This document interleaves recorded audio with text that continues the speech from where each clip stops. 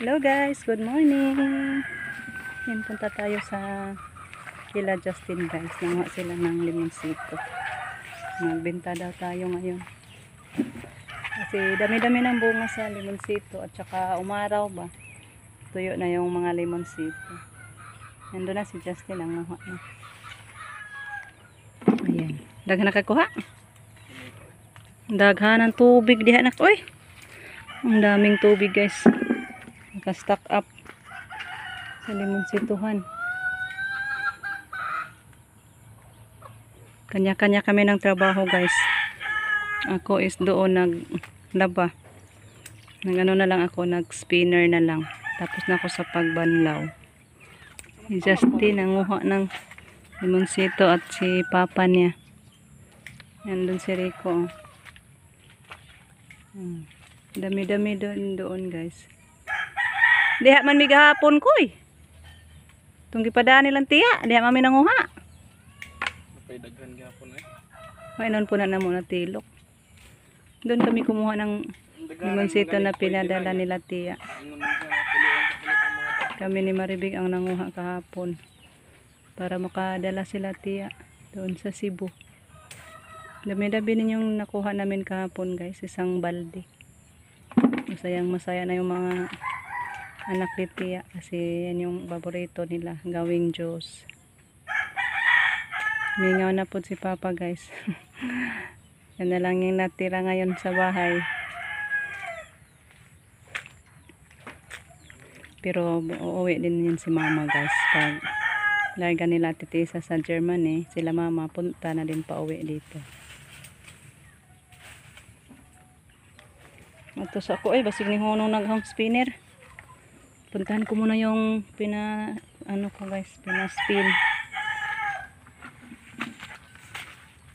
Ya dong, daghan dong, babaw dong. Mabog lang kaayo lagi. Nagtay ko hitas kilid sa bahay lolo. Nanako, daghanan ako. Pure buyag ng limonsito ngayon guys. Mga malalaki ang kanilang mga bunga na. Dahil sa panay ang ulan, madali lang sila lumaki. Mga bunga. So, puntahan ko muna yung guys. Nilabhan ko yung tuwalya at habol or kumot ko para prepare na yan sa lakad ko guys. Sa Thursday pohon.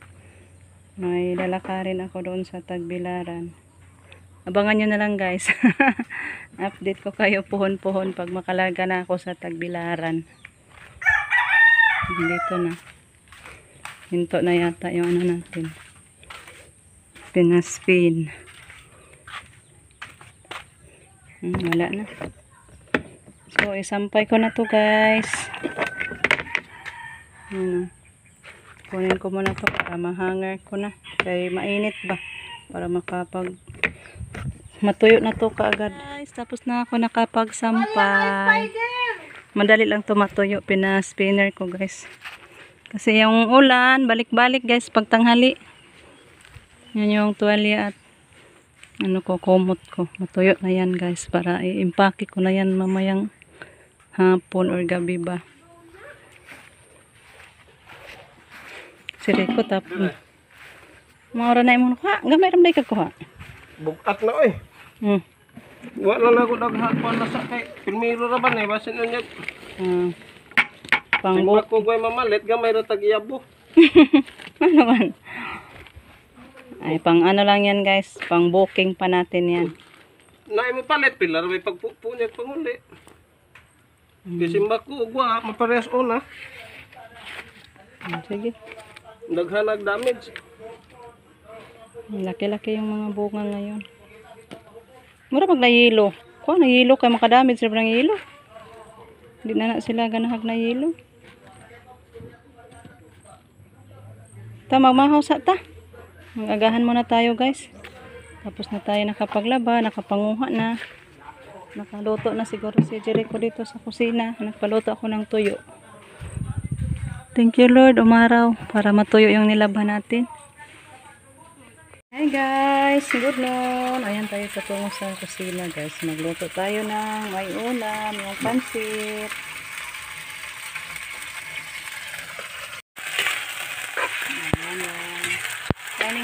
yung sahog natin sa pancit natin, guys. Ang ganda. Magandang tingnan na may lamas na ano, may ricado na bell pepper na hinog. Ay ano, pula. Ayan guys, luto na. Bukod na si Justin para ihatid ni Papa. Kanawag na batoy kanon ugwa kay dadanog kanon. Sukad muna tayo guys. Muna dito giliran muna natin sa lamisa kasi magano tayo. Magtanghalian pa. Nagpili sana ako guys. Tire ko yung nagtapos sa pagluto. Ngayon luto na, magtanghalian muna tayo. Ito na po guys, handa na yung lamisa. Ang sarap sa ulam natin. Kain tayo guys, kain tayo lahat. Hindi ko na lang kayo isa-isahin. Kasi dami-dami kayo, generalize ko na lang. Kain tayo. Justin, hintayin pala natin. Naghatid pa ni Papa ng ulam. Ayan po ma'am, yung nabili nating ulam.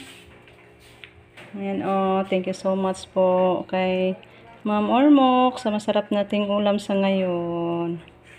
God bless you, more blessings pa. Shh, toy. Toy. Kamu. Sugod judo. Gawas kaon yan na kaon. So ito na guys. Luto na tayo sa ating buto ng kakao.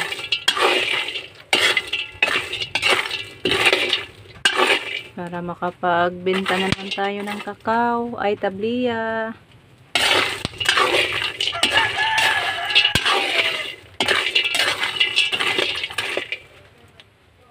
Order na kayo guys. Dali lang magawa ng tabliya guys. Pag mag-order kayo ngayon ay the next other day ay pwede naman i-deliver. Kaya order na kayo. Tikman yung ano natin, pure na tabliya.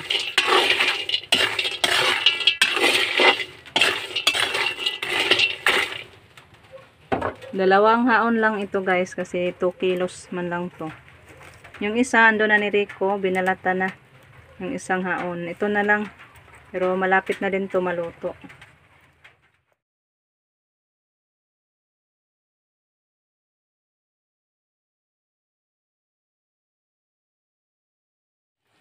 Hello guys, good morning.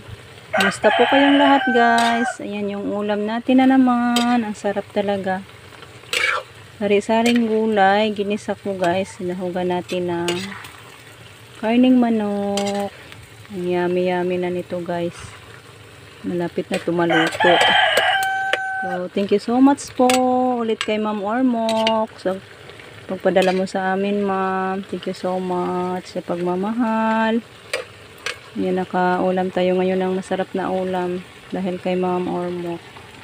So thanks God sa blessings. Nakaulam tayo ng masarap na ulam sa mga blessings na mula ni Lord, sa mga taong binigay ni Lord sa atin. Thank you so much, Gracia Lord. Lapit na siya guys. Kain tayo nito mamaya guys. Yun yung ulam natin sa ating agahan. So ayan guys, pasahugan daw ni Rico ng kunting sabaw para may maibahog. Kaya sundin na lang natin guys. Kasi yun man ang ano nila, gusto sa mga lalaki.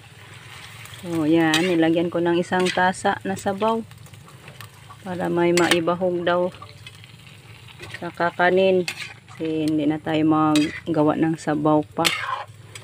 Ayan, takpan muna natin guys para kumulo siya madali. Para mag-agahan na. Si Jericho naligo na guys. Tapos na siya naginom ng gamot. Maaga ang pasok niya ngayon. 7:30 yung pasok ni Jericho. Ito guys, luto na yung ating ulam. Yan, may na ano na ako ni Papa. Dat na natin ang ulam at saka kakanin. Hindi ko na lang siya pinaluto.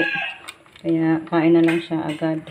Hindi ko na siya pinasaing para palaging mainit na kakanin ang makain niya guys. Hindi bahaw ba. So punta tayo doon sa kapapa. Ihatid natin to guys. Ayun guys, dito na sa lamesa ni Papa. Takpan muna natin yung ano niya. Kasi andun pa siya sa kwarto. Mamaya na daw siya kakain. Ano man din siya na timpla ng kahit anong timplahin niya guys. O dito, ang dami. May kape. May kape pa din. May chocolate. Ano pa to? So, dami-dami yung matimpla ni Papa dito. May biscuits din doon sa ref. Kaya, nag-ano daw siya. Mainit siya guys. Kaya, mamaya na daw siya kakain. So, takpan natin siya guys. Ang kakanin ni Papa. Sana bahala kung anong oras siya kakain. At least may nahatid na tayong pagkain ni Papa. Ay, ito na!